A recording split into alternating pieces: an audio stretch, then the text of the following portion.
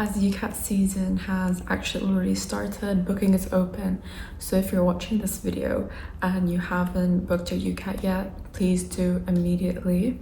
In this video, I will be giving some tips on how I drastically improved my UCAT score. My UCAT score of above 2,800 got me offers from all my universities, including many of the top Russell Group universities in the UK. In this video, I'll be talking about how the UCAT has changed for 2026 entry, what sort of schedule I followed to achieve this result, main tips that helped me improve my UCAT score, things I regret doing when I was first preparing for my UCAT, as well as some individual tips for each section this year. The UCAT is an aptitude test. It stands for University Clinical Aptitude Test. It aims to assess a candidate's underlying ability in certain skills as opposed to their knowledge or experience. I'm reading this from the Medic Portal website. So this mainly tells you that the UCAT is not just a normal GCSE A-level test where you can memorize content and hopefully pass. That's not how it works, unfortunately. UCAT is very skills-based. There's not much that you have to memorize for any of the sections. So it's important you give yourself enough time to prepare yourself both in terms of your skills, but also mentally for this test. Let's move on to how the UCAT is changing for 2026 entry. For those sitting their UCAT this summer, they should already know that abstract reasoning is being removed from the official tests. Now, this might actually be a really big relief to many people because I would say abstract reasoning was quite tricky and each question was very tricky in terms of the time you were given, because I think I remember you were given 12 minutes to answer 50 questions. So it was definitely nerve-wracking. For me though, personally, it ended up being one of my highest scoring sections. So the sections now include verbal reasoning, decision-making, quantitative reasoning, and situational judgment. So prior to 2025, the standard test gave candidates only 1 minute of instruction time prior to each subtest beginning. And this is a really good time to just calm yourself down and prepare yourself for the next subtest. But this year, the instruction times will now be 1 minute 30 seconds, and the exception is that before quantitative reasoning, I believe you will get 2 minutes. I'll be putting on the screen the number of minutes and questions for each section. Prior to 2025, verbal reasoning had 44 questions and 20 minutes to answer them, and this year there's an extra minute added to that, so instead of getting 28 seconds per question, you get 30 seconds per question. For decision making, prior to 2025, there were 29 questions and you were given 30 minutes to answer them. This time around, they've increased the number of questions to 35 questions, and now you're given 37 minutes to answer them. This has decreased the number of seconds you're given to answer per question, but it's only 1 second difference. For quantitative reasoning, a candidate would have 36 questions to do in 25 minutes prior to 2025, but this year around it's 36 questions, but you get 26 minutes, so it's an additional minute for all of the questions. For the situational judgment part of the UCAT, there's no change. It's the same number of questions and the same number of time given to answer all of these questions. Let's move on to talking about the sort of schedule I followed that helped me achieve such a high score. When the UCAT booking opens, you should have already booked your test date, and I remember booking my test date, I think it was 1 week before the last date that they took the UCAT. I think then the UCAT booking ended at 26, so 26 September was the last date you could take the UCAT, and I think I took mine 1 week before that, and this was because I wanted to give myself enough time to mentally prepare for this test, but also I gave myself 1 week just in case I ended up getting sick and had to potentially delay my test dates. I would definitely recommend doing this if you feel that you will need that sufficient time to prepare for the UCAT. I personally had, I think, a little less than 2 months to revise for my test. I think this was sufficient time to prepare myself entirely for this test. What I did in the beginning for about 2 weeks was familiarize myself with each subtest and all the different types of questions within each subtest. So I would do non-timed practice first of all, so there was no pressure of completing the question very quickly, and I would carefully review the questions I got wrong and right to know where I was going wrong and what I did right for each question. What I really recommend is spending enough time to really be confident in each question type you could possibly receive. And this just means that when you come to the actual exam, you're not scared of receiving a certain type of question and you don't panic in the exam. So really spend the first 1 or 2 weeks familiarizing yourself with question types. I'm not going to go and recommend a certain number of hours that you should spend every day. It's really dependent on the type of person you are. Towards the end of these 2 weeks, please start doing time practice. This is really, really important because time is everything in the UCAT. You need to be able to know how to do these in the time you're given and under that sort of pressure. Do time practice for another week, and you can include subtests in that time, but make sure you don't run out of them because those are really important later on as well. Once you are confident with working under pressure and in that time limit, you can move on to mocks. Don't be too disheartened from the first few mock scores because you're eventually going to get better. Now, how I spaced out my mocks was something that really helped me. I didn't do a mock every single day, and I don't think that to get an amazing score you need to do a mock every day. That's not true in my opinion. I would do one mock every other day, and occasionally I would add in a mock on the same day I did the other mock, or in between the days I did a mock I would do another one if I really felt that that was what was right for me and I needed that additional practice. Now, I recommend this because doing a mock every day is so draining. I did that when I was sitting the UCAT for the first time and I got absolutely burnt out, so I would not recommend this. I also sat my mocks on the time that I booked my actual UCAT exam. So I think I booked mine around 12 p.m. or 1 p.m. and that's when I would do my mock every other day, just so I could replicate those same conditions. Oh, and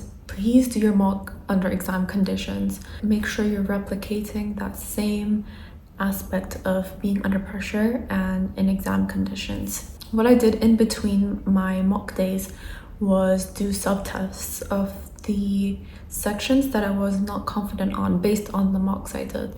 So if I could see that my QR score or DM score was quite low and the percentile was low, I would work on those. I would do practice on the specific questions I did wrong, and I would understand why I actually wasn't scoring well on each question. So I would really focus on my weaknesses in those days where I wasn't doing mocks. And then I would go ahead and do subtests to see how my practice was reflecting in the time conditions. When I got closer to my exam date, I don't believe I did a mock the day before.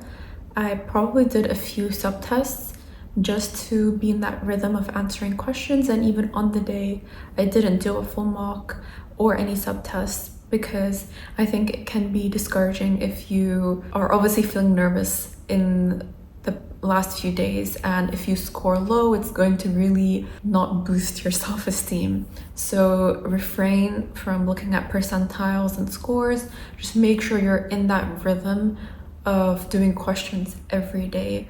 Now that we've talked about the schedule that I followed, I'm going to list a few of, well, actually there's a lot of tips that really helped me improve my score, and a lot of these are not more of the most general ones, I would say. I'm pretty sure someone has said many of these tips, but this is what was really specific to me. Some of them, they're not really talked about as often. My main one, which I just wish I could tell to anyone sitting the UCAT, and I know many people who have already sat their UCAT agree with me, which is not overworking yourself. Don't let yourself burn out. When you've given yourself 2 months, or some people even give themselves more time to practice for the UCAT, if you practice 6-7 hours every single day, it's going to be so draining for you. It's going to have the opposite effect.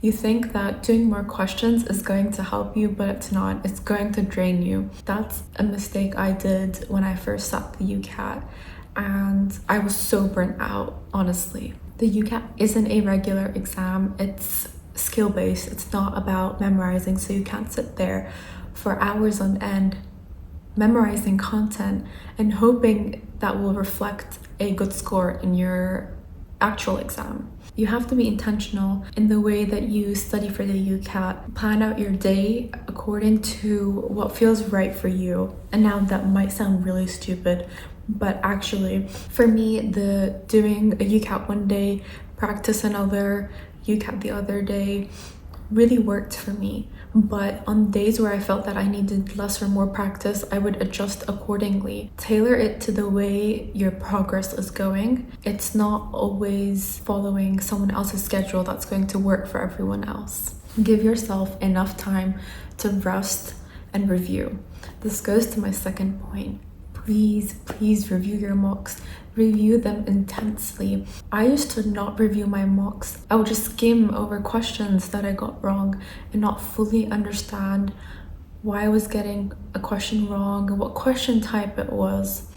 When I actually started to review my mocks, I would take an hour to review my mock. I would go through every single question and work out where I was going wrong, where I was going right, and make that a mental note. I would even write down on my iPad the main things that I learned from reviewing my mock, because it's one thing to be practicing questions, but you also need to be able to review and actually reflect on the areas that you need to improve on. Understanding where you're going wrong and why you're going wrong is the key to improving your score. Another thing that really helped me in the UCAT was practicing staying focused. So just practice talking to yourself in your head to calm yourself down when in between questions, in between subtests, because when you're panicking, you're not going to be able to understand any question given to you.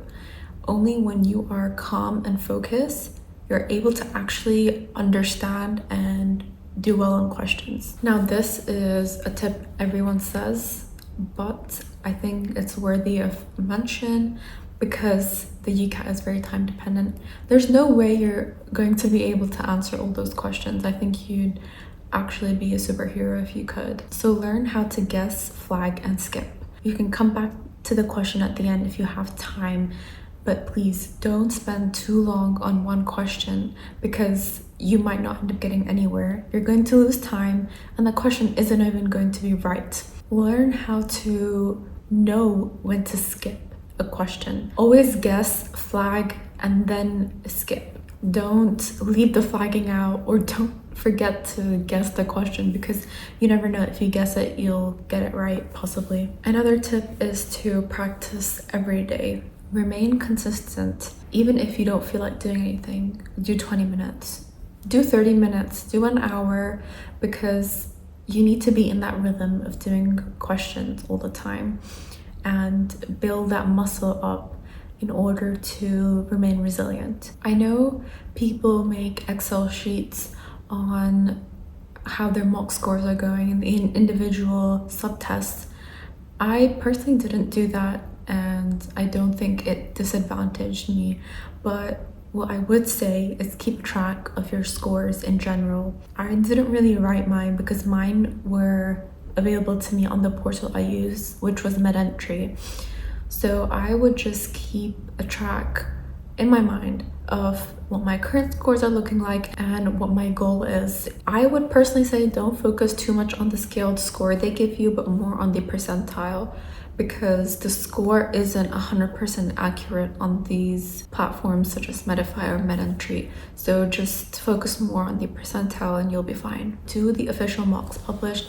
I know it seems like a hassle. I think on the official mocks you can't even use the keyboard shortcuts, which is another thing. Please use the keyboard shortcuts. They are so helpful. They save you so much time. Please don't miss that. But as I was saying, do the official UCAT mocks released by the official UCAT organization, which are on their website. I don't think I've missed anything, but I would say those are the more general tips of what really helped me improve my UCAT score. Now I'm going to talk about what I regret doing so you guys don't make the same mistakes. One of my main ones would be doing too many hours each day and burning out. It's important to, again, stay consistent, but don't burn yourself out. When you feel like you're being really overwhelmed, take a break. Just do 30 minutes one day and take the rest of the day off. It's more of how you mentally prepare yourself for the UCAT that's going to really advantage you in the exam. So please don't burn yourself out. Do quality revision over spending 8 hours mindlessly revising. Another thing I regret doing is freaking out in the exam, because in certain sections I would be like, this question looks so different, or the calculator was really laggy for me, and even moving it around was really annoying because I was feeling so stressed. So just learn to calm yourself down and don't panic. Prepare yourself for hearing a bit of noise from anyone sitting in the room or having a different layout in the exam. So just be prepared for that mentally. One thing I also regret doing is comparing my mock results with other students online, and definitely don't compare the number of hours of practice you do every day. Someone could be boasting about doing 5 hours every day when you know that you would get burnt out if you did the same. It can be really frustrating when you yourself are feeling like you're not improving. So I would say personally, stay away from that. Focus on your own path and focus on what you're doing wrong and how you can improve, because I know 100% you can improve on the UCAT. Now this might be a little bit controversial, but I kind of regret taking it a little bit too seriously. The UCAT is a really big factor in determining which university you get offers from, but the more pressure you put on yourself is not necessarily better for you in achieving a high score. Please don't take it too seriously, and I don't mean don't practice and just go on holiday for 2 months and just wing it. That's not what I mean. I mean that you should have a healthy amount of stress in the UCAT, but thinking that if you get an average UCAT score that your life is going to end and the world is going to end is not a healthy mentality. Now finally, I will be talking about each subtest separately and some tips on how to improve on those certain subtests. Let's start with verbal reasoning, which is VR. With VR is consistently the lowest scoring subtest in the UCAT, which honestly makes sense because you're given so many questions and you have to read really long passages and then answer questions, reading comprehension questions and true false can't tell questions, which can be really tricky and time consuming. So if you're not scoring well in VR, please don't be worried, because it was my weakest section for both the times I sat the UCAT, and that's okay because you can improve a lot more on other subtests compared to this one. If you're naturally good at VR, then congratulations. But for me, both years I sat the UCAT, VR was really difficult for me. It did get a little bit easier because I had previous experience, but I still found it quite hard. But I But the main thing I did was not let it ruin my self-esteem. The really important thing in VR is to not use your outside knowledge to answer any questions in actually any section of the UCAT, especially in VR. If it says, for example, let's say the question is the sky is purple and it's a true false can't tell question. If in the passage it says the sky is purple, you have to say true. It doesn't matter if the sky is actually blue. If the passage says that the sky is a neon color, you have to say it's true, because what you're given in the passage is how you answer the questions. What I would do to help me improve my reading speed and like way of skimming the passage was practicing block reading. I think that's what it's called. So reading in chunks. I believe on mid-entry there's this practice section for VR where it guides you on how to skim passages, and I found that quite helpful in the beginning, which allowed me to train myself on how to skim passages properly. So I would recommend that. As I've already said, I found VR very hard. It was very frustrating for me. So what worked for me best was doing the true false can't tell questions first, and all the reading comprehension questions I would guess, flag, and skip. I would only do the reading comprehension questions if I felt that the passage was small or the question itself was quite small. That's only when I would attempt it firsthand. But if it seemed too long or too complicated, I would guess, flag, and skip, because I knew that would be too overwhelming for me and I would spend way too much time trying to figure out one question and possibly not even get the right answer. Generally, true false can't tell questions are easier than the other ones in VR. So personally, what worked for me was prioritizing them on the questions that I was most likely to get right, and then do the rest. Again, if you are still finding VR really hard after searching online for hours on how to improve, don't worry. Just remain consistent with your practice. Use some of the tips I've said and just make sure you're getting a steady score for VR, and you can really improve on the rest of the section, so don't worry. Let's move on to decision making. So one of the things, which is a very small thing that I did, but between the sections, the 1 minute I was given, I would draw out my Venn diagram just so that I didn't have to worry about it when I did get a Venn diagram question. I would just draw 2 or 3, so I wouldn't have to mess around with that when I was actually doing my questions. Decision making has a lot of question types. I've searched them up here: syllogisms, logical puzzles, Venn diagrams, there's probability. There's so much you can get in DM, so make sure you're confident in each of them and in time conditions. Again, use your on-screen calculator when you need it. Try to do some mental math. Don't try to overuse it, and this applies to quantitative reasoning as well.